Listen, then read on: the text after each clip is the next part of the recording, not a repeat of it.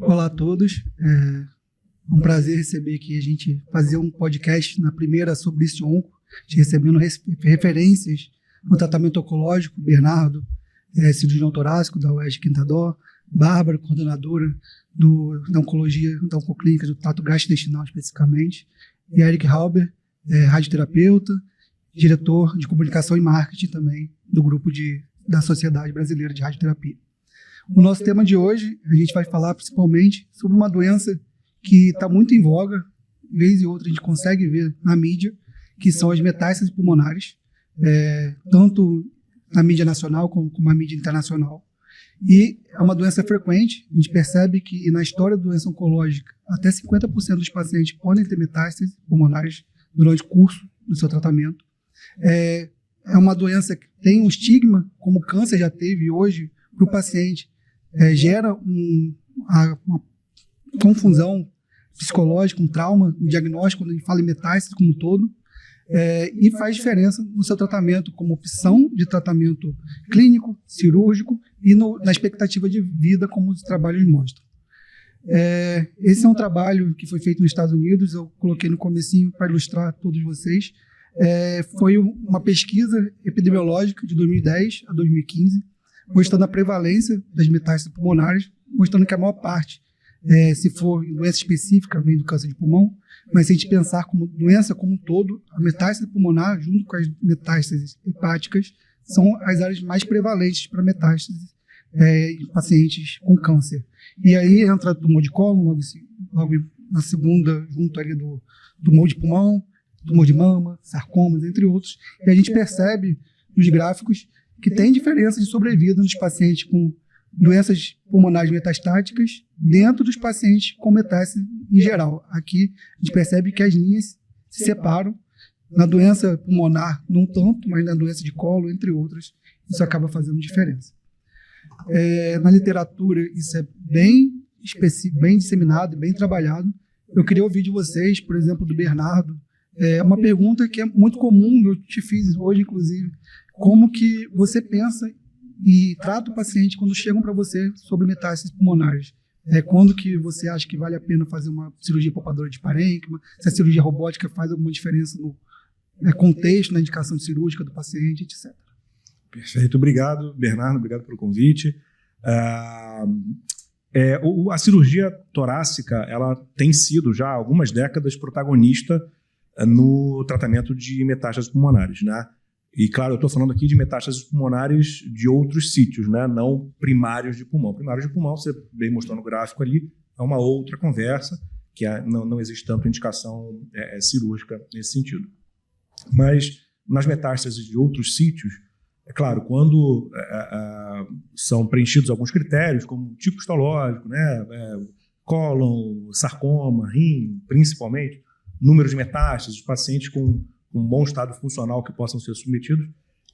A gente, como eu falei, vem há décadas indicando cirurgia na prática, apesar de não haver até hoje um estudo clínico randomizado fundamentado em relação ao ganho de sobrevida. O que existe são séries de casos, existe sim evidências bem estabelecidas de ganho de sobrevida, mas até hoje a gente não tem esse estudo clínico randomizado. E aí a cirurgia torácica vem nesse protagonismo, veio evoluindo da cirurgia aberta lá atrás, passou pela cirurgia por vídeo, aí você citou agora a cirurgia robótica, que agrega muito, sim, principalmente em dois fatores. O primeiro é que quando a gente opta por fazer uma segmentectomia anatômica, que não é só aquela cunha, né? A gente tem que fazer a ressecção do segmento e tem que separar vaso por vaso, o brônquio, a robótica é superior à cirurgia por vídeo. E também, quando tem uma indicação de fazer linfadenectomia, a robótica também ganha bastante na vídeo em relação a isso. E, sem dúvida nenhuma, a gente tem que ter em mente sempre a questão da preservação do parênquima, né? A gente nunca sabe qual é o intervalo livre de doença daquele paciente, então a gente não pode evitar ao máximo lobectomia. Pneumonectomia, então, é quase que impensável, né? São casos de exceção e sempre fazendo o máximo de preservação pulmonar mesmo. Né? E aí estão vindo aí os métodos que antes eram só relegados mais para pacientes não operáveis, mas que a gente está entendendo que eles estão sendo agregados e, sem dúvida nenhuma, estão sendo considerados aí atualmente também como primeira opção. Eu acho que os colegas vão poder falar melhor do que eu.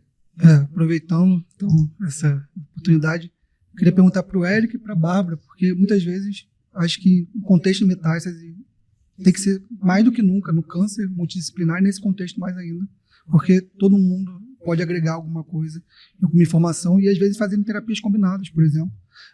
Com a advento da imunoterapia, a gente fala de pacientes que têm doenças sistêmicas que acabam tendo regressão e depois uma progressão local, ou pacientes com SBRT, você consegue fazer tratamentos curativos com um paciente oligometastático. Eu queria saber de vocês, Bárbara, quando você pensa, por exemplo, um tumor de cólon, com oligometástase para pulmão, ou um tumor que você está fazendo um tratamento imunoterápico, um tratamento sistêmico, que acabou tendo uma oligoprogressão, se às vezes você acaba oferecendo, pensando na terapia cirúrgica, ablativa ou radioterápica, e o Éric falar também sobre essas opções de tratamento, se tem alguma diferença de número. O SBRT você consegue tratar quantas lesões? 2, 3, ou às vezes tratar várias lesões, porque algumas vezes estão todos no mesmo segmento. Isso para você eu acho que facilita. E qual a diferença um pouco do SBRT para a radioterapia, né? Que eu acho que é uma dúvida conceitual, vamos dizer assim. Deixa a Bárbara primeiro. Então, sempre que a gente tem o diagnóstico de uma doença oncológica e falando no cenário metastático, eu acho que a discussão em tumor forte e definição do tratamento que a gente vai fazer é de suma importância. Então, hoje, assim como o câncer de pulmão está muito à frente disso, como a gente fala da análise molecular e da medicina de precisão, em que eu vou conseguir subdividir esses pacientes em perfis moleculares e traçar o melhor tratamento para esse paciente.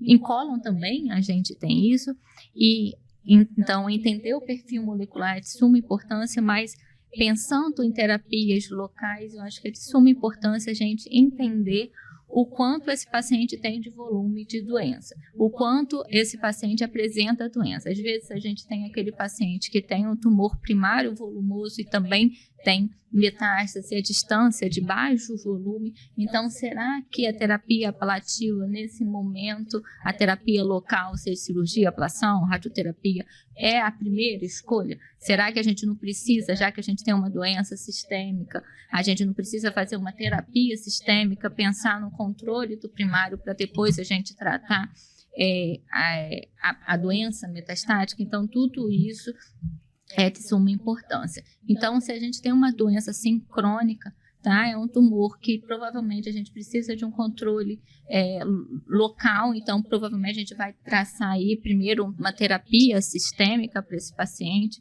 Cólon, hoje, o paciente que a gente usa de primeira escolha em imunoterapia são pacientes muito selecionados, então a gente precisa que esse paciente tenha estabilidade microsatélite para a gente usar a imunoterapia. Na maior parte dos casos, a gente usa mesmo a quimioterapia.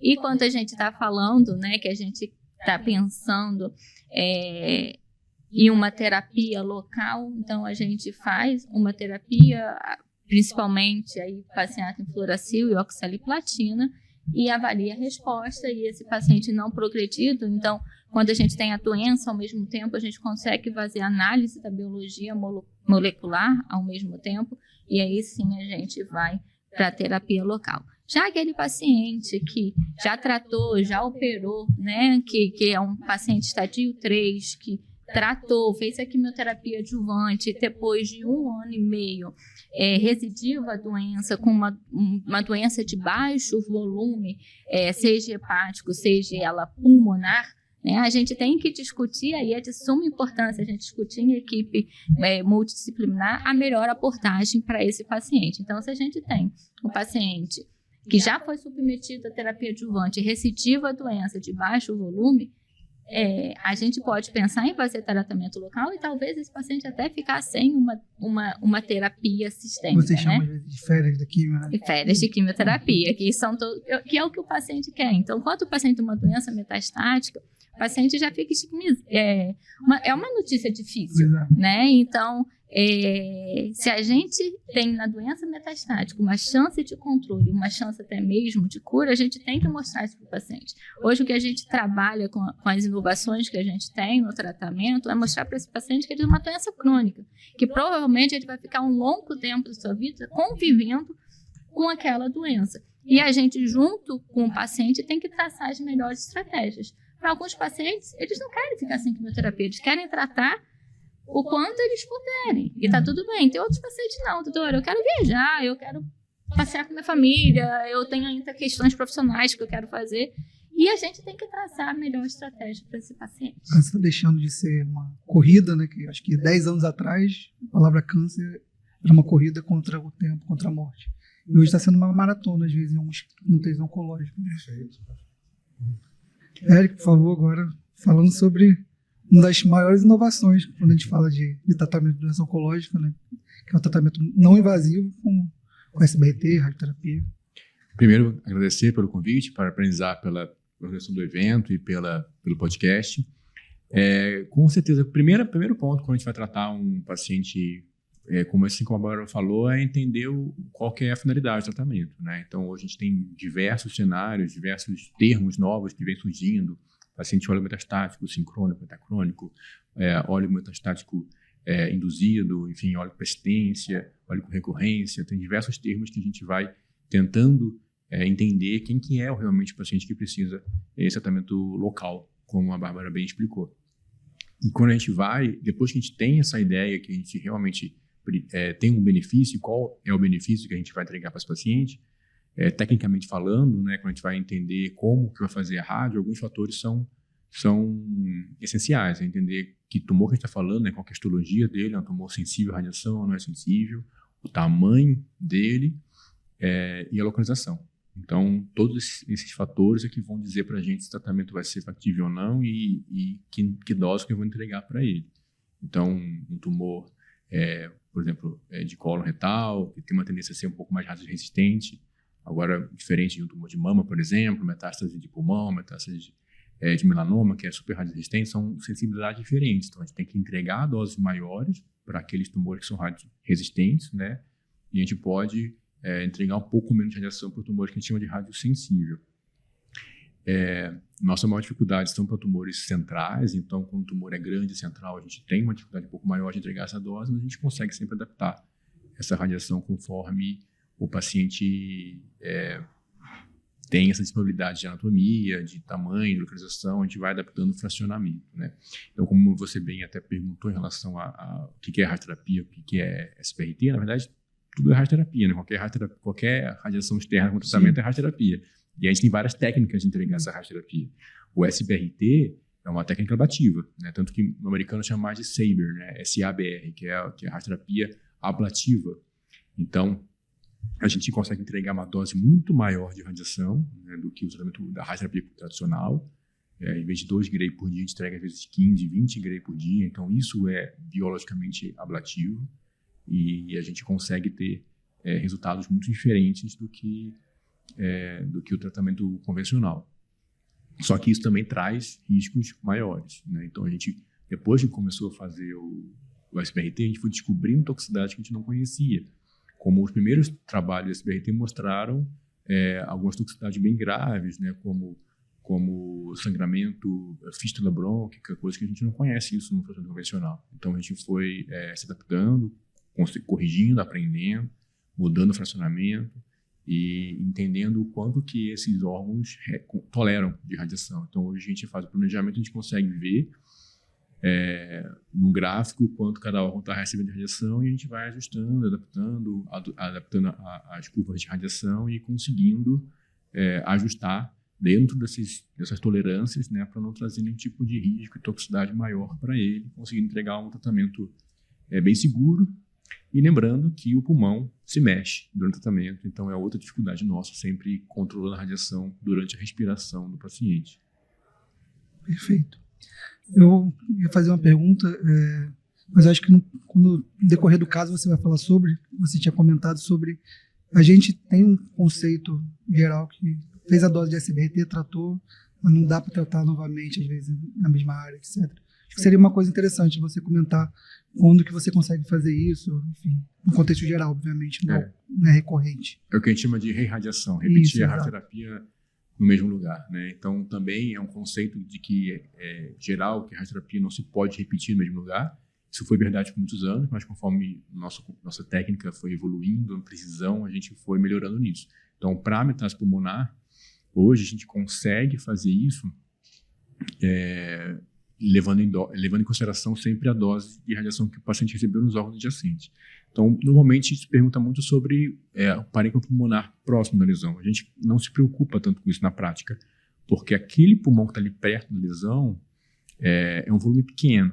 Então, se o paciente fosse operar, aquele parênquima ia embora. Então, assim, se eu acabar causando algum dano definitivo daquele meio centímetro em volta da lesão que a gente dá de margem, não vou me preocupar com aquilo, porque sairia na cirurgia igual, né? Faz sentido. Então, o que a gente se preocupa são os órgãos vizinhos, né? Então, um brônquio, um esôfago, um coração. É claro, o parênquima pulmonar como um todo, né? A gente vê a dose geral no pulmão, porque, claro, o nódulo está ali, mas a radiação vai passar por algum lugar, né? Então, às vezes, o parênquima pulmonar como um todo recebe uma dose e a gente tem isso controlado.